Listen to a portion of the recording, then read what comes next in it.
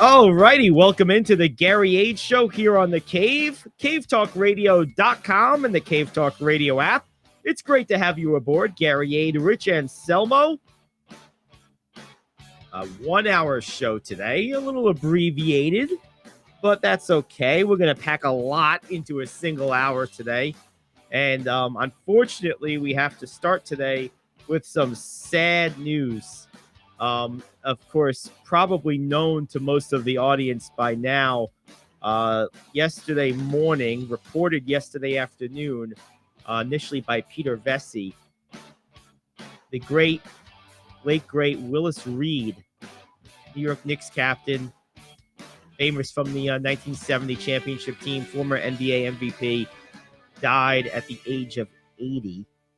And one thing most of our regular listeners will know about this show by now is we are really, really big with sports history and particularly NBA history.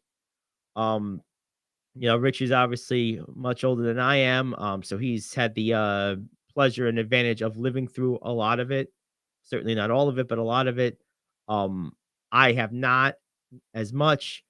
But I've spent my life learning a lot about it, studying it, and really, I don't really view having been alive for something as a precursor for being able to appreciate that something or discuss it in an intelligent way. I've always believed, and nor do I think that if you're above a certain age, you can't discuss things and understand things in an intelligent way that are maybe generally perceived as the domain of younger people. I just don't buy that stuff.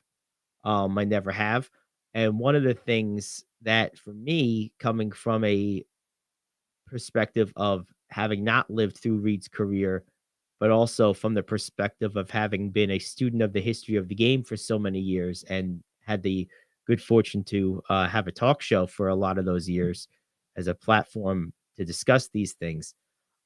My perspective on this is Reed was the definition of a leader and a guy who truly was the captain. That's a title. Yes. Derek Jeter had the title of captain. He was popular. He had Q rating. I never thought of Derek Jeter as a leader. In fact, I thought of him as a very poor leader, because a leader does not make the team weaker for their own ego, which is what Jeter did when the Yankees acquired Alex Rodriguez. It was Jeter who should have moved positions, not A-Rod. Um, Willis Reed was a true leader. This guy went out there, he couldn't even stand, and he went out there and really pushed and made his team believe that day. All he did was make 2 jump shots and then walk off the court. But that's all they needed from him. It galvanized the Knicks and frazzled the Lakers. And that's the lasting symbol of his career. But this guy was an immensely accomplished basketball player. And then beyond that, went on to a very long career in the NBA in different capacities. The guy was just an absolute legend. And he's a guy that, from those who have met him, which I never had the fortune to do, but from those that have met him, say he was a really good guy, which, that's cool. But my big interest is his impact on the game and the fact that this was a guy who, much like Wes Unseld, was a little undersized for the era. Not as undersized as Unseld. Reed was more like 6'9", 6'10", while Unseld was more like 6'7" or 6'8". But still, he was going up against Will Chamberlain, Nate Thurmond, Kareem Abdul-Jabbar, later in his career, Bill Walton, guys who were much taller than him. But Reed, if you ever seen pictures of this guy, was built like a brick shithouse. And this guy was awesome. That's all there is to it. And it's a tough loss for Knick fans, particularly Knick fans of a certain age. Very. And when you say he was a good guy, he was. And he always had time for people. If he met you, he acted like he knew you. And despite what he did on the basketball court, that is probably the nicest thing I can say about him. Although I loved his game. The news hit me hard, Gary. Really hard. Growing up back then, basketball was more than a game to me. It was a passion. As much as I liked and as long as I played baseball, basketball was it. Mm-hmm. When I first got into the game, I was very young and didn't get it. But I took to that Knicks team. They were on their way up. I enjoyed the flashiness of Walt Frazier, but my favorite player was Willis. He had a sense of presence that was there, even when the team wasn't that good.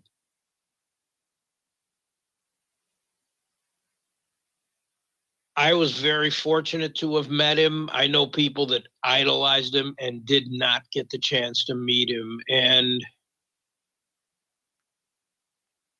he would often talk about will, grit, and determination. And like you said, with him limping on the court, those are attributes he possessed. Mm-hmm. And they were put on great display on May 8th, 1970.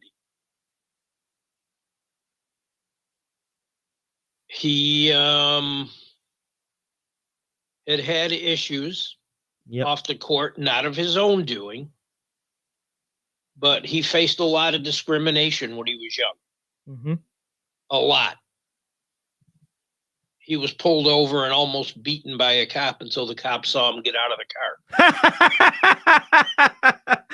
True story. I know that's not a laughing matter, but that's funny. It's like, I'm going to be, oh, yes, sir. No, Mr. Reed, it's okay. He didn't make himself to be a victim. He didn't dwell on it. Yes. Yes. He just said, I don't need to discuss it. Yep.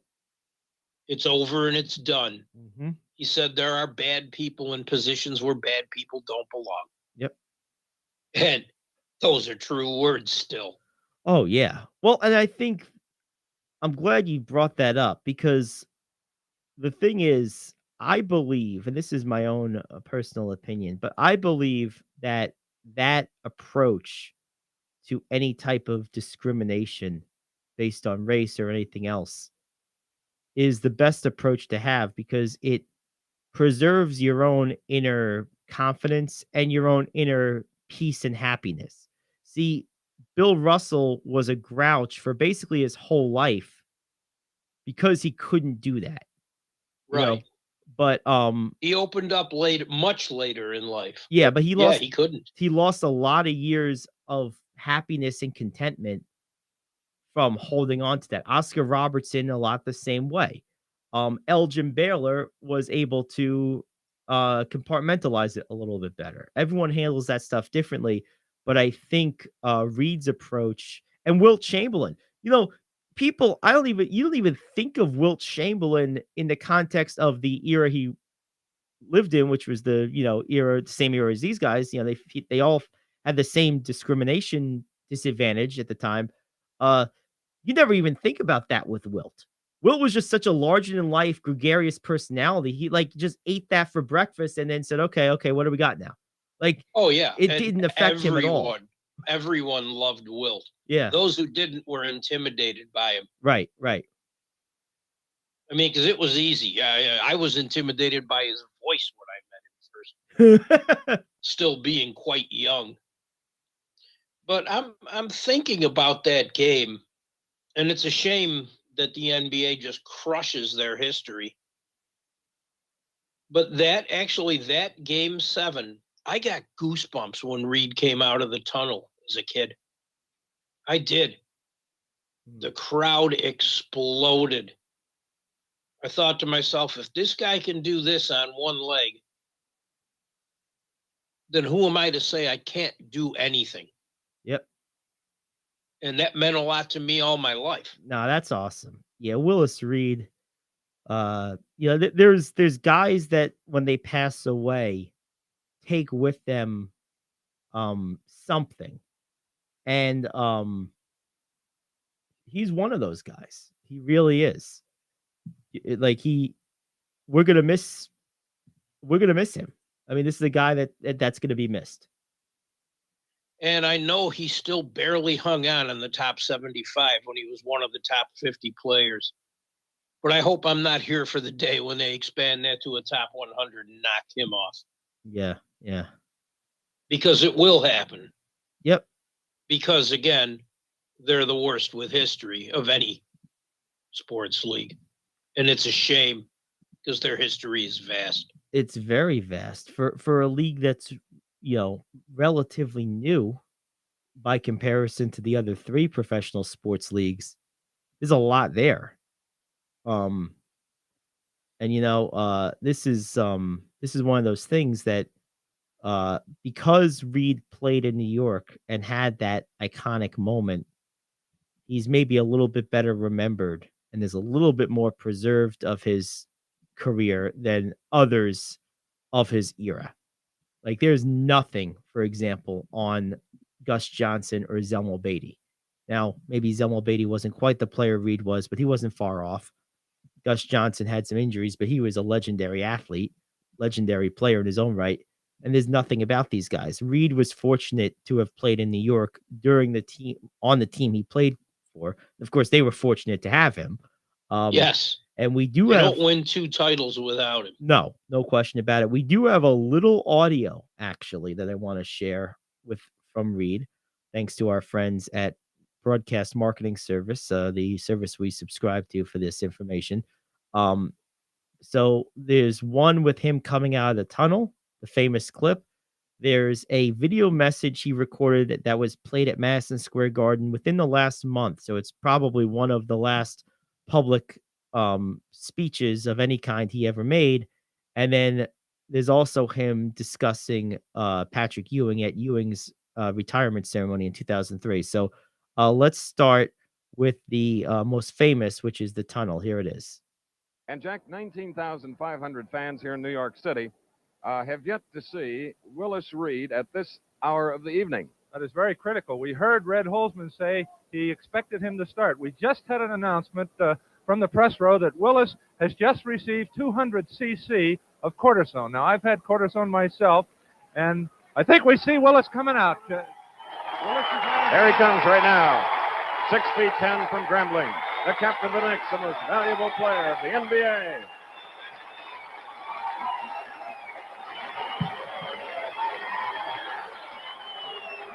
It's a standing ovation at the new Madison Square Garden. This is a 38 sellout crowd, and they have been reacting to their Knickerbockers the same way all season long. And he has hit 2 in a row, and they are beside themselves. Yeah, there you go. So that's the pre-ultimate moment of Reed's career and probably his life. Certainly the most famous moment of his life for sure. The great Chris Schenkel. Yeah, Chris Schenkel was a great broadcaster. He really was. All right. Well, here is Willis Reed on Patrick Ewing's retirement night. There's no doubt in my mind, Patrick, you are the greatest Knick of all time.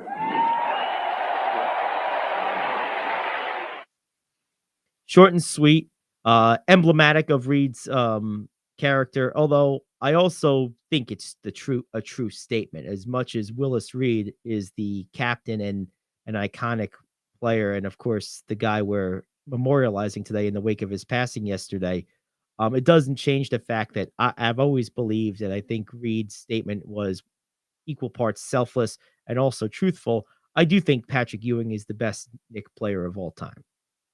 I do agree, but Willis Reed will forever be remembered as the captain. Yes, so the penultimate leader. Yes, exactly.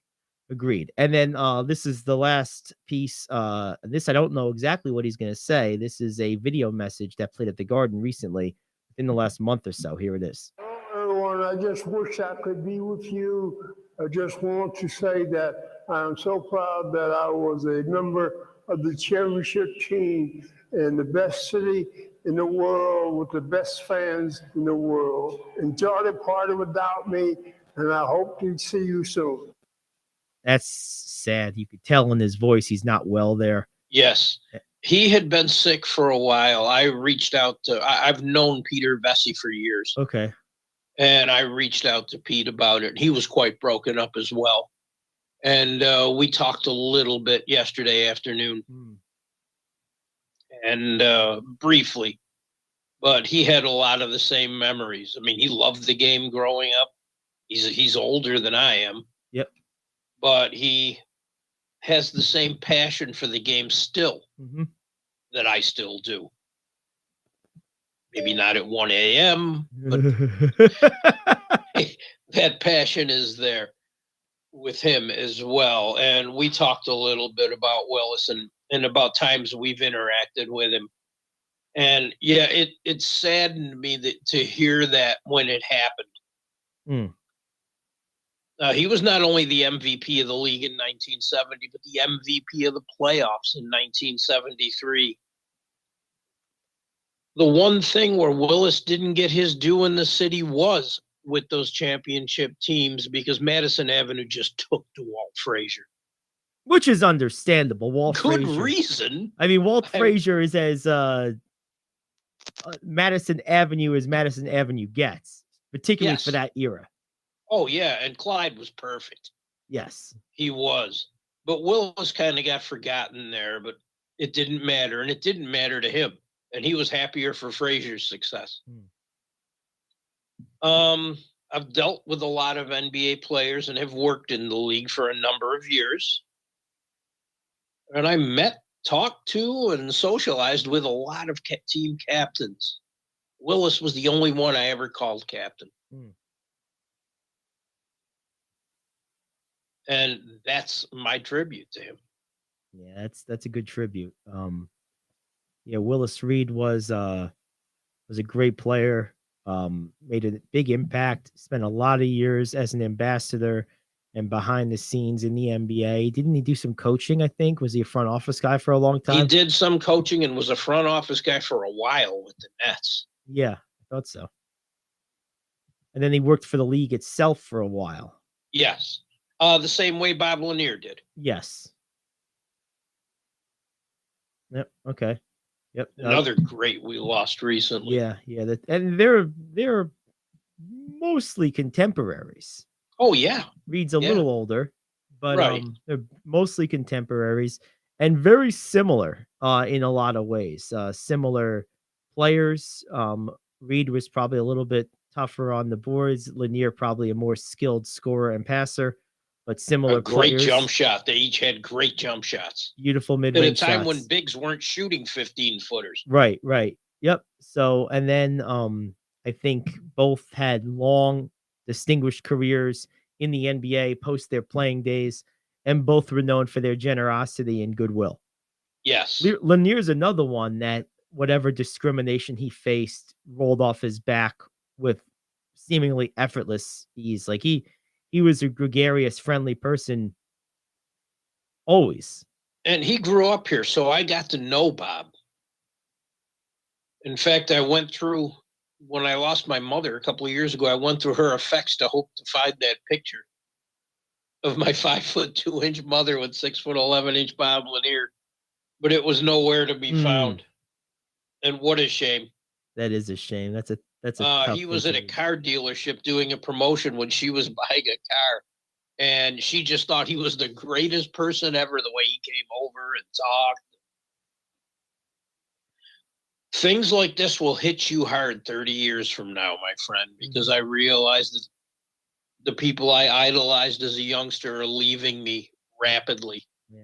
Yeah. And it hurts. Yeah. It really does. Yeah. It's a tough one. I mean, this is a tough guy to lose. I mean, for me, I don't know. There's really only two athletes that I'll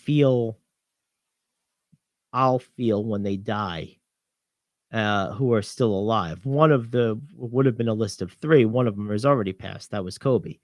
Right. And for people of your generation, I know what you've been through. Yeah, I've been there too. That was rough. That one hurt. The only other one that's still alive that I know for a fact I'll feel in the same way as Peyton Manning. Yeah. I don't know how I'm gonna react when Bonds passes, assuming he passes before me. Because while he's definitely my favorite baseball player, because of his general personality, I I don't have the same feeling of personal connection to him that I did the other two. Right. I Right. view him as the ultimate baseball player, by far the best player I've ever watched, without question in my mind. But Kobe was like a uncle I never met, and Peyton Manning is much the same. I don't know that I have that feeling about Bonds. But yeah, this is these type of things, like you said, they hurt there, and this is the type of thing with Reed. The city feels it, right? Like I this believe it. this is a New York pain right now. Yes. The city feels this. This guy had a place in this city's sports legend status that very few attain. I mean, we're talking his teammate Walt Frazier, we're talking Babe Ruth, we're talking Yogi Berra, we're talking Joe DiMaggio, we're talking Mickey Mantle. Maybe some of those guys are higher on this proverbial legends food chain than Reed, but he's in that room somewhere. He might not be at the head of the table, but he's at the table someplace. He's heading it. He's the captain. I think Mickey Mantle's the head. If you ask New York sports fans, the most iconic, I think Mickey Mantle. Oh yeah, but I still think Reed's running that table. Mantle's drinking. Ruth is keeping everyone entertained with the stories. Yes. Yes. Very much a city thing. And because the NBA was the number of teams it was when I first fell in love with the game, there was no team for me locally. Right. My team was the Knicks. Yep. And part of that has never gone away, even when I've worked for other teams in the league. I'll always be a Knicks fan. Yeah. No, they're certainly a team that has history and lore about them, despite the fact that generally they've not been particularly successful. No. This last time they were successful for any consecutive length was when Ewing was here. Right. They were competitive throughout the 90s. And as I've said before in recent weeks and months, I do believe for the first time since then, the Knicks have the right infrastructure in place to have this be the first of several years of relevant competitive basketball. I don't think this current organization, the current team, is a fluke. I don't think it's a flash in the pan. I think it's sustainable. I think it's possible. It might require at some point a change of coach because of Thibodeau's penchant for burning people out over time, unless he's able to adjust. Tibbs wears on players too. Yeah, he does. Yeah, and so that's a possibility. But I think they have everything in place. But of course, the last time this was a championship team, Willis Reed was a part of it, and that's the man we've been eulogizing for the last 20 minutes, who unfortunately left us and passed away at the age of 80 yesterday. And rest in peace, Willis. You had a hell of a life and a hell of a NBA career. Big impact on a lot of people through many generations. Rest easy, good sir. You've earned it. Yep. All righty. Well, that does it for our Willis Reed tribute. We're going to take a break. We'll come back. We'll do the radio question of the day next. This is the Gary Ayd Show here on The Cave. Home to the home run of our favorite beverage, Days Coffee. Days patented blend contains approximately 85% less caffeine than other coffees, which makes it better for you, yet unlike decaf coffee, still gives you that great pickup and tastes amazing. Formulated by a retired cancer pathologist, Dr. Grant Lee, Days Coffee is fermented with a patented enzyme that until now required a complex and thus expensive sourcing and production process. With Dr. Lee's formulation, this enzyme's great health benefits can now be brought to your cup quicker, easier, and cheaper than ever before. Here's how you get a hold of this game-changing cup of joe. Go over to radioonlydeals.com and get a $4 gift certificate to Days Coffee for just $2. That's radioonlydeals.com to buy your single-use digital gift certificate for Days Coffee. Radioonlydeals.com. That's radioonlydeals.com. Enjoy the preferred coffee of the Gary Ayd Show. Enjoy Days Coffee. California is the only state in the union that does not regulate athletic trainers. I am KO, back in 1 minute with your sports question of the day. If you have diabetes and you're on Medicare, you may qualify for a free continuous glucose monitor system. Managing your diabetes is crucial to your health. The new CGM systems can automatically manage your diabetes better for you. And by using a CGM system, you can eliminate forever one thing most people with diabetes hate the most: finger sticks. Now it's possible to manage your diabetes better, end the painful finger sticks, and get a new CGM monitoring system at little or no cost to you. We even provide in-home delivery and do all the insurance paperwork for you. Now is the best time to manage your diabetes better and get your continuous glucose monitor. Call now for details. Call 800-438-1391, 800-438-1391, 800-438-1391. That's 800-438-1391. Paid for by U.S. Med. California Bill AB 796 is seeking to establish the California Board of Athletic Training to exercise licensing, regulatory, and disciplinary functions.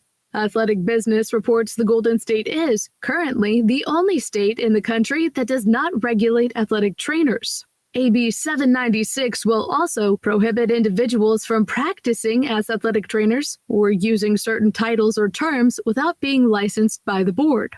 Question: do you think high school athletic trainers should or should not be subject to regulatory oversight? Well, let me back up here for a second. I am floored, shocked, stunned beyond belief that anything that has to do with government regulation, California is the last to get to. Typically, it's the exact opposite. If it can be regulated, or they think they can create a reason to regulate, even if it's regulating the regulations that regulate the regulations, California likes to do the regulations because California loves its regulations. This is true. I'm shocked that they're the only state that doesn't do this. Regarding the actual question, I don't know how I feel about this. On one hand, it seems that sports is big enough business where having some type of standardization around what is and isn't an athletic trainer seems sensible and is evidenced by the fact that all the other states do it. On the other hand, what's not clear to me with the regulations in the other states is how far down do they trickle? In other words, at what level do you have to operate at to be subject to the need to follow those regulations? Because I do think there's a point where it becomes burdensome and cumbersome to the organization, a point down the athletic food chain, meaning lower levels of competition, younger age groups. I don't think it should be, because with regulation comes standardized requirements. You know, it's a regulation that teams have an ambulance on the field in the NFL, for example. It's a regulation that teams have a certain number of doctors available on sidelines. And that is all well and good and fine and dandy in, you know, a major business like the NFL. But if you start putting in regulations, you could start seeing requirements spawn from those regulations that become cumbersome for lower levels to execute and or expensive, thus potentially either eliminating or drastically reducing their existence. And that would be my concern. I on its face, I think having a standardized approach to athletic training is probably a good thing.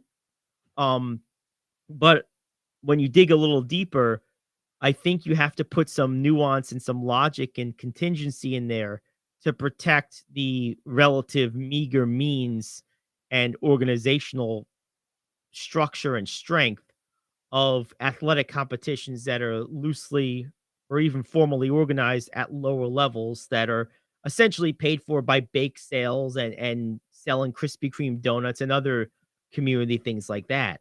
You don't want to overburden those type of organizations with heavy regulation.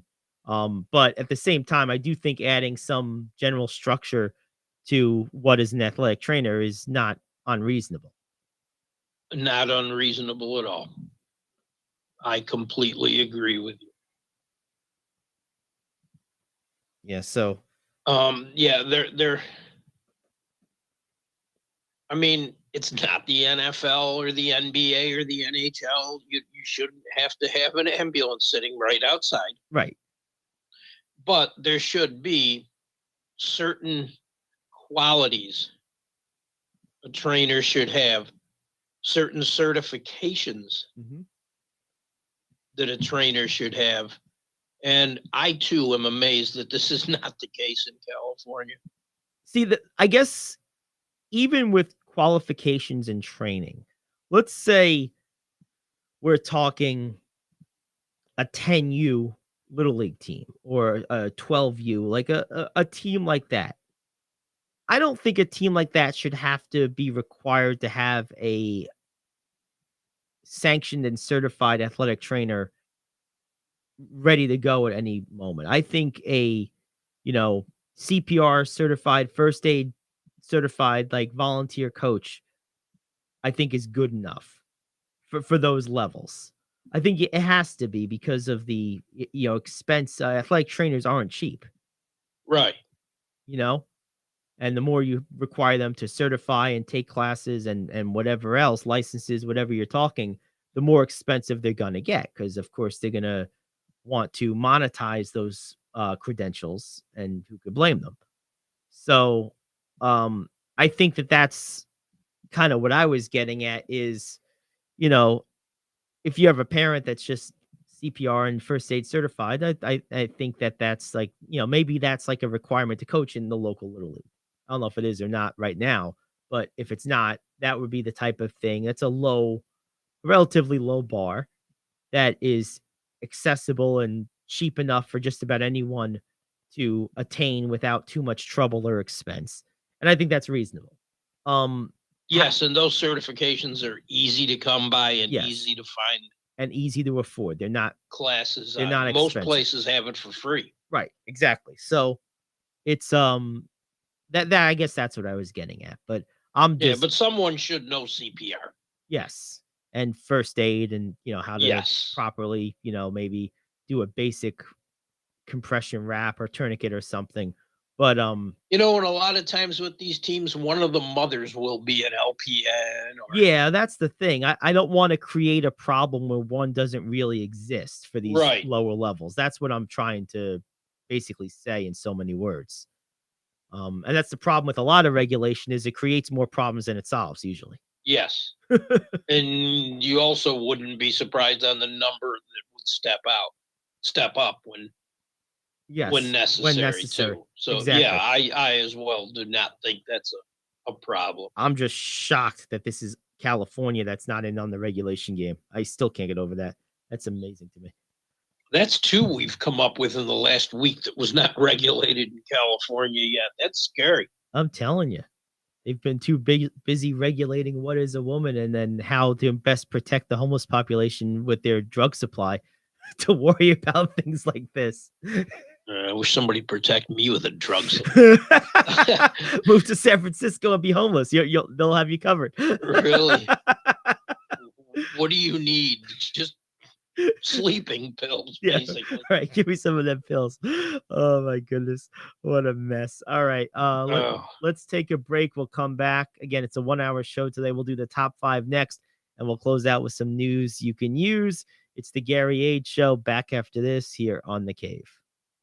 Do you own a timeshare? Well, face the facts. You made a mistake. You made a bad purchase. A timeshare is not an investment. It's a money pit that continues forever. If you use your timeshare, that's great. But if you don't, and you want to legally get out of your contract, call my friends right now at the Timeshare Exit Hotline. They're an experienced team of lawyers who help good people like you get out of a timeshare contract that they just don't want. Don't throw away your money on maintenance fees. Use it for things you really want. We can help you end your timeshare contract and stop the money drain immediately. If you're ready to move on with your timeshare, call our team right now. Cancel your timeshare now with a free call. 800-741-9557. 800-741-9557. 800-741-9557. That's 800-741-9557. If you're living with diabetes and using insulin, you know the pain of pricking your fingers over and over again.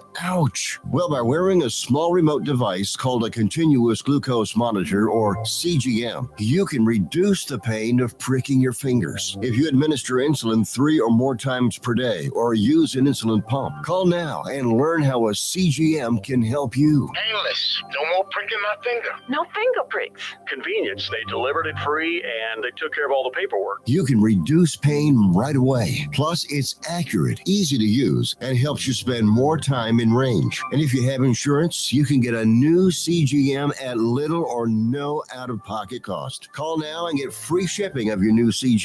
Plus, we'll bill your insurance for you. 800-826-5884. 800-826-5884. 800-826-5884. That's 800-826-5884.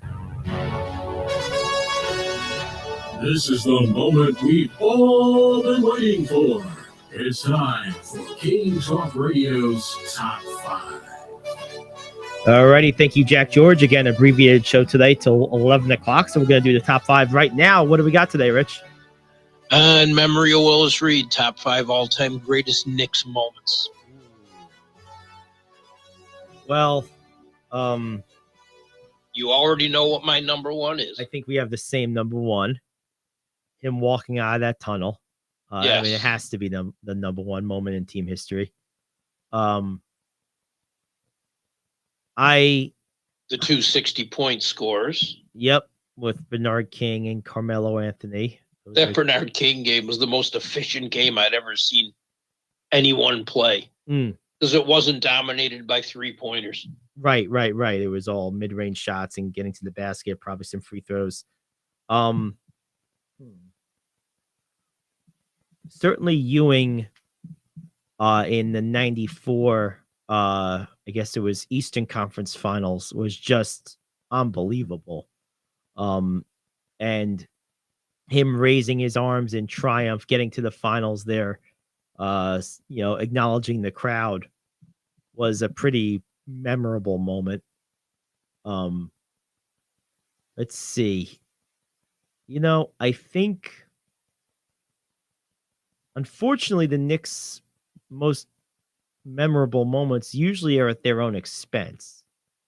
So there's a lot of Pete Maravich scored 60. Oh, that was against the Knicks. Oh, well, Kobe Bryant, well, he scored 60 against the Knicks too. Melo's 62. Yep. Melo's 62. We mentioned that. We mentioned Bernard King. Walt Frazier's game 7. That's a good one. Yeah, it's the same game of Reed. So really, yes, if you really think about it, the 2 best moments in Knick history maybe happened the same night. In the same game. 36-19, 7 assists, 4 steals. That's a game. Yeah, it sure is. It's not a The game. 1973 title.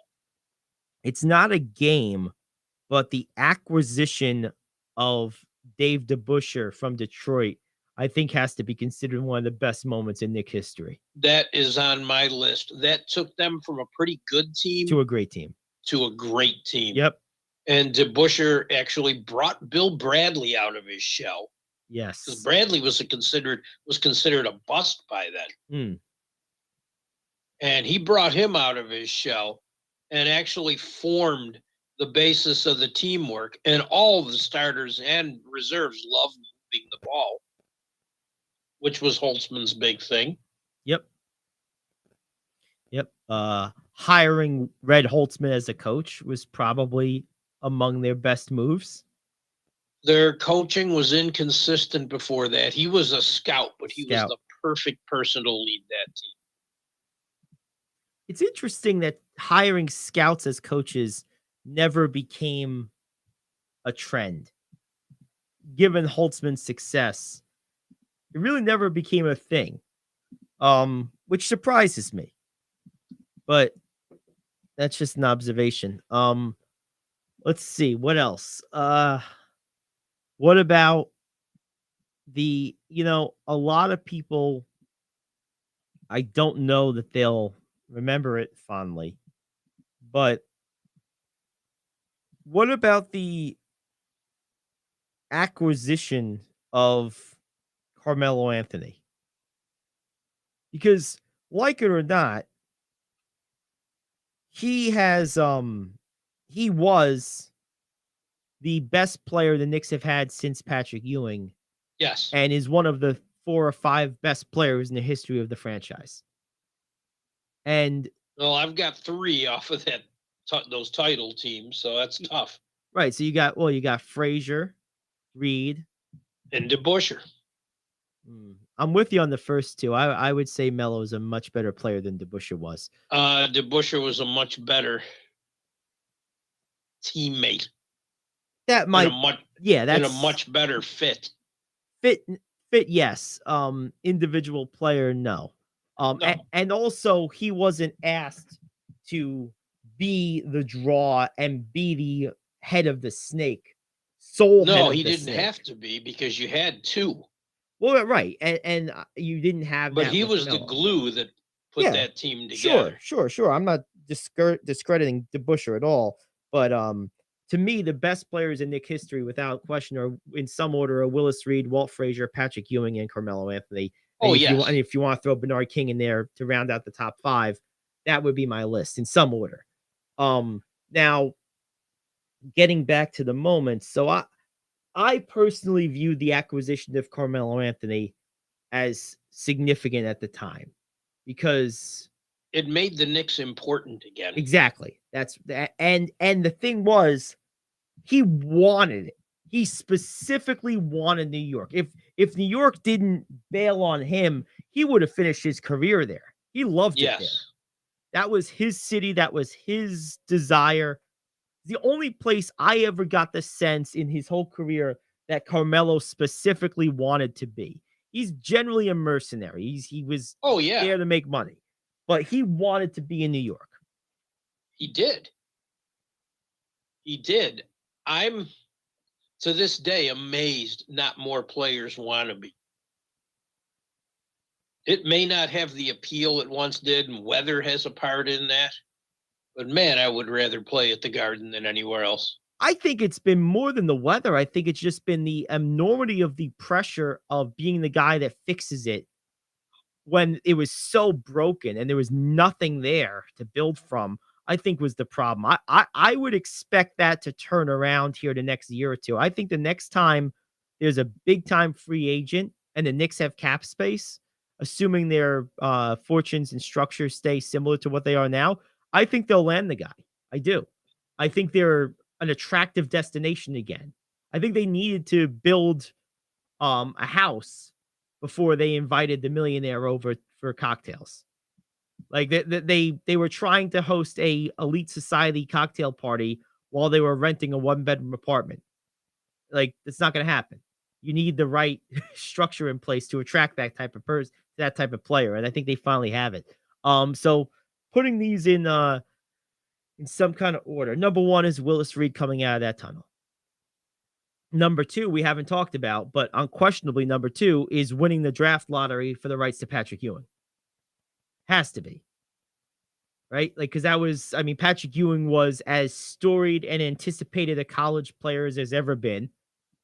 And that was the first draft lottery. And I know there's been controversy over the year. Did they crease the paper? Blah, blah, blah. Did they steer him to New York?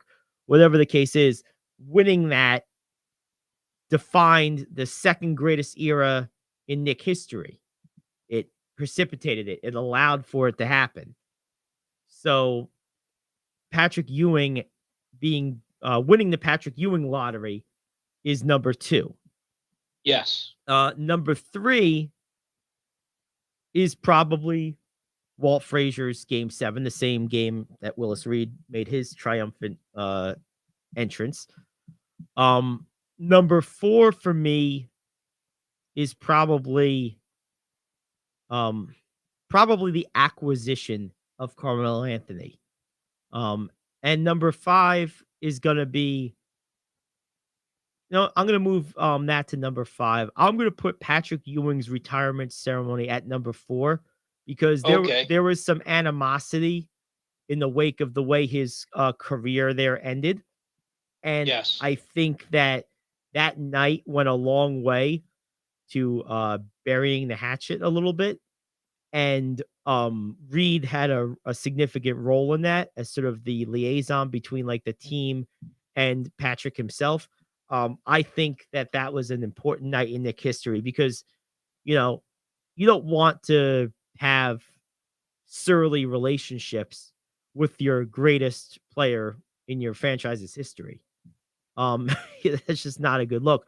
The Yankees had this with Yogi Berra for a while, but the Yankees have such an embarrassment of riches historically that if there's a team that can afford to have one of their best players not go to the stadium for 20 years, it's the Yankees. The Knicks don't have that deep reservoir of great players in case you missed it. There's only a few of these guys. And most of them are about 80 now or in their late 70s. And you have to have rings to get those. Yeah, or rings or at least long periods of sustained excellence where you're right there. Like the 90s Knicks were, like the 80s Bucks were. There's certain teams that don't quite break through and win the thing, but are still loaded with historical players that have long-lasting legacies. The Utah Jazz of the 90s, of course, with the 2 guys. So, so that's going to be my top 5 Knick moments of all time. Number 1, Willis Reed coming out of that tunnel. Number 2, winning the Ewing lottery. Number 3, Walt Frazier's Game 7 performance. Number 4 is going to be the retirement ceremony of Patrick Ewing. And number 5 is the acquisition of Carmelo Anthony. So that is my top 5 Knick moments. An honorable mention to the acquisition of Dave DeBusschere as well. It's like a yin and yang with that and Carmelo for me because it's basically the same type of moment. I just had to pick one over the other, more or less flipped a coin. And I felt that championship era was well enough represented having 2 of the top 3 spots. So do something else, different era, just for a little variety's sake. But I could easily have gone with DeBusschere at 5 too. It would have been just as well. So there you have it. That is the top 5. We're going to take a break. We'll come back. We'll wrap it up with some news you can use. It's the Gary Ayd Show here on The Cave. Coffee Lovers Middletown is now officially home to the home run of our favorite beverage, Days Coffee. Days patented blend contains approximately 85% less caffeine than other coffees, which makes it better for you, yet unlike decaf coffee, still gives you that great pickup and tastes amazing. Formulated by a retired cancer pathologist, Dr. Grant Lee, Days Coffee is fermented with a patented enzyme that until now required a complex and thus expensive sourcing and production process. With Dr. Lee's formulation, this enzyme's great health benefits can now be brought to your cup quicker, easier, and cheaper than ever before. Here's how you get a hold of this game-changing cup of joe. Go over to radioonlydeals.com and get a $4 gift certificate to Days Coffee for just $2. That's radioonlydeals.com to buy your single-use digital gift certificate for Days Coffee. Radioonlydeals.com. That's radioonlydeals.com. Enjoy the preferred coffee of the Gary Ayd Show. Enjoy Days Coffee.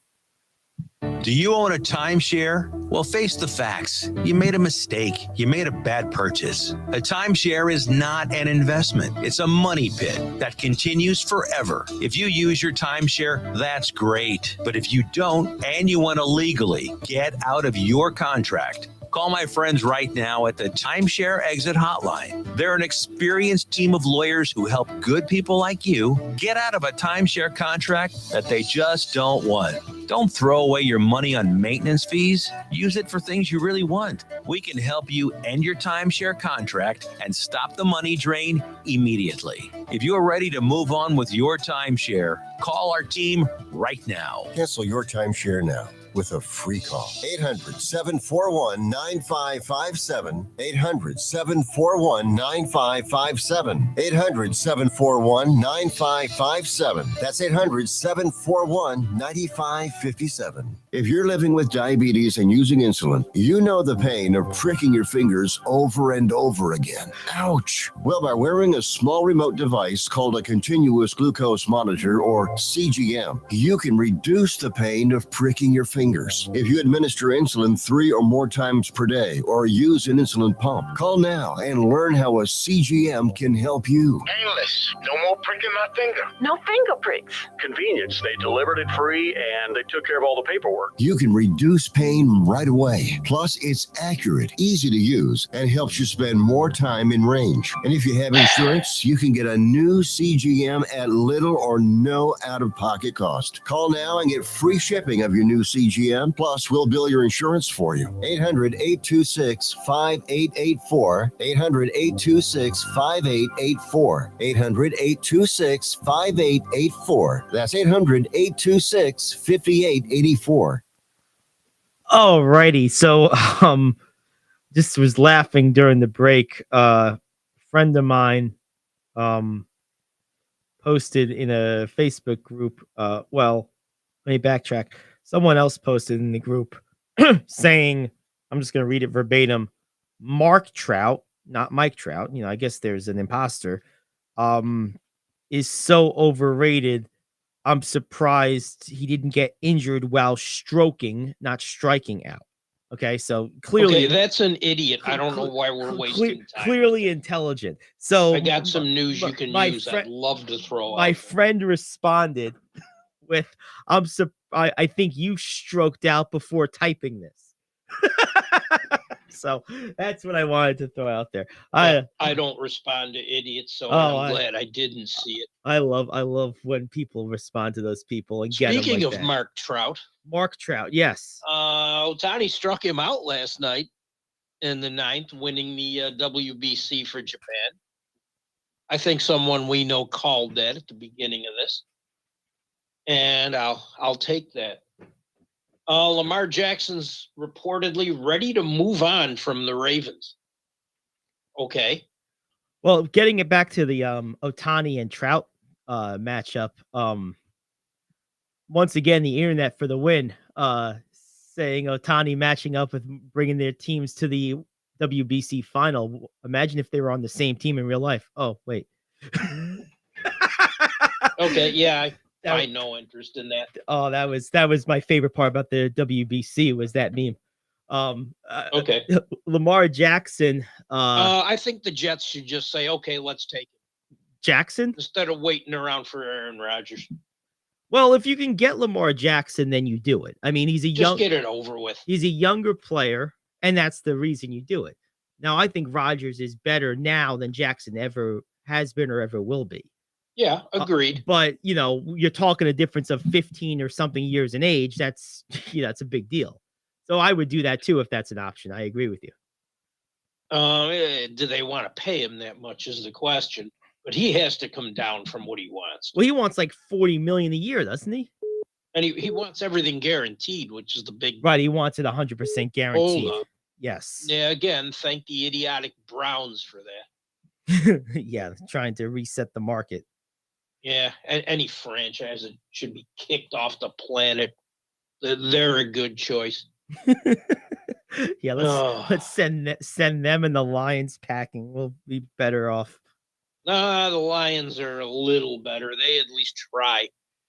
Well, that makes them worse because they try and they still are awful. Yeah, but I at least see a little future there with them, with this coach and that team. So I'm not ready to Browns them yet. Oh, I've been ready to Browns them for longer than the Browns have been Browns. I was ready to Browns the Lions as far back as like 1994. 30 years ready for the Brownsing of Detroit. A good friend of mine's a big Lions fan. I can't do it. Congratulations to Jonathan Quick, Vegas Golden Knights goaltender. He won his 375th game last night, passing John Van Beesbrook for second place in wins by an American goaltender. Ryan Miller is first at 391, and if Quick comes back another year, he could have that in his sights. That's awesome. There you go. Packers president is now sworn to secrecy on Aaron Rodgers. What the hell does that mean? Sworn to secrecy? On what? It's the worst kept secret in the history of the world. What are we doing? Yeah, here? what is he sworn to secrecy about? Oh, that is funny. And if Rodgers goes to New York, do you give him number 12?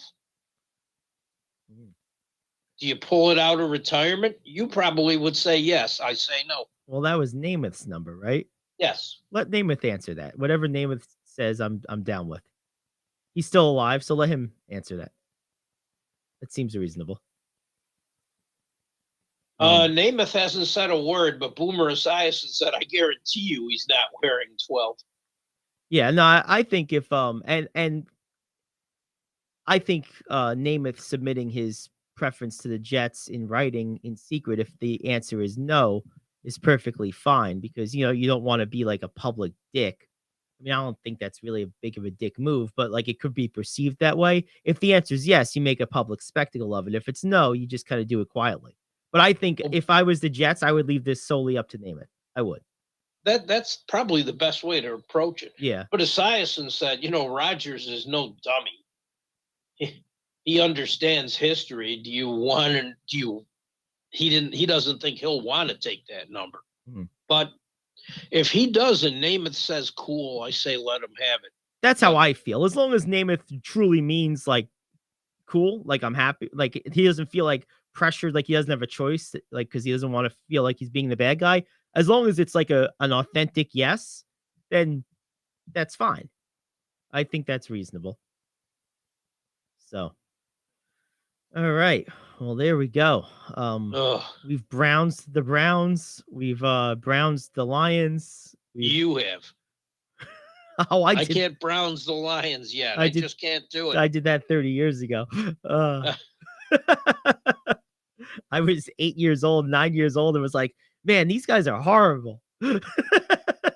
Yeah, well, the more things change, the more they stay the same. Well, that's just it. In the 30 years since, I think they've been in the playoffs 2 times or something stupid like that. So they've not done much to change my mind. Oh, man, there we have it. All right, well, back to our regular 2-hour show tomorrow. We will see you then. Right now, we're signing off. It's the Gary Ayd Show here on The Cave.